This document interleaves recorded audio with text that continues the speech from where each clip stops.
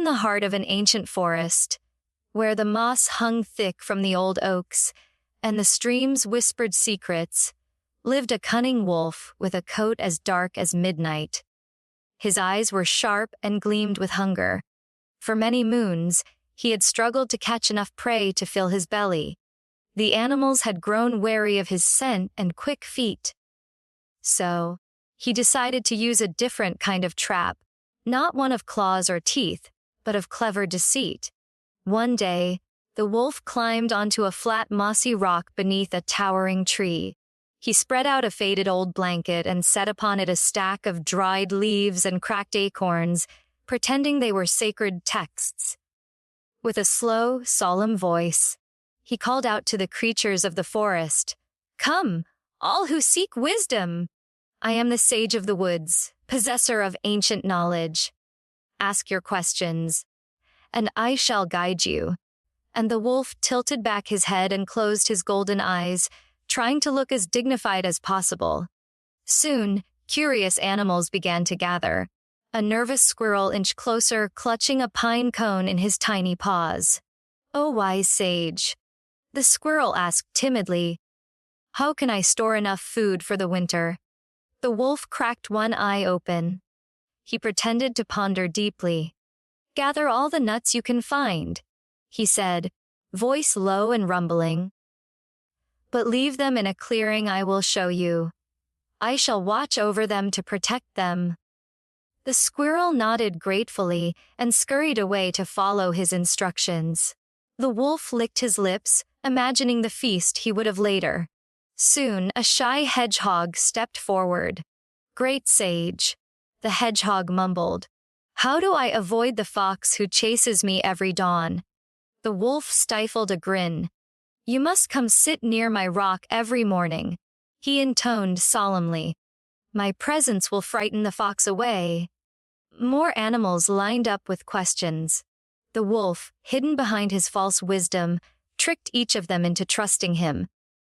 One by one, they carried food to his chosen clearing or agreed to gather near his rock where he could catch them easily.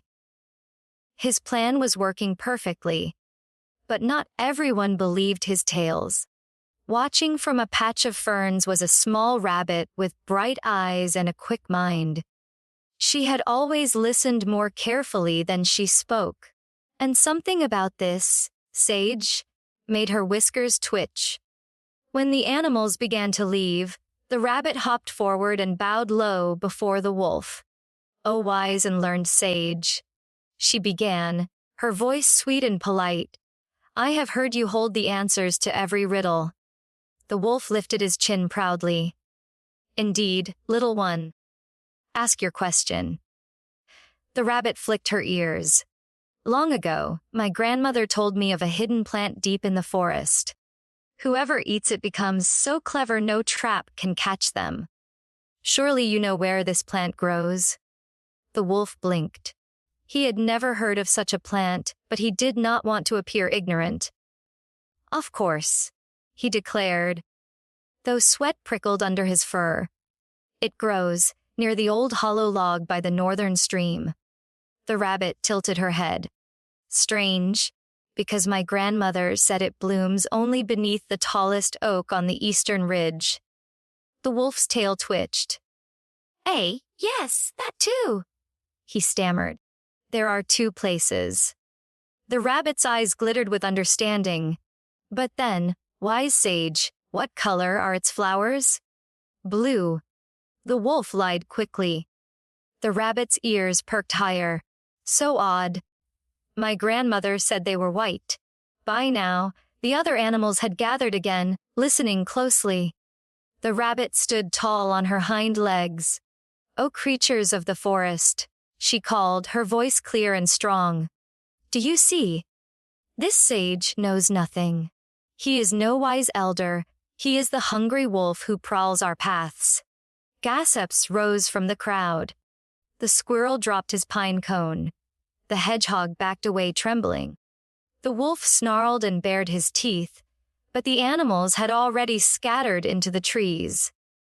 The rabbit hopped backward, never turning her gaze from his furious face. Left alone and humiliated, the wolf's hunger burned hotter than ever.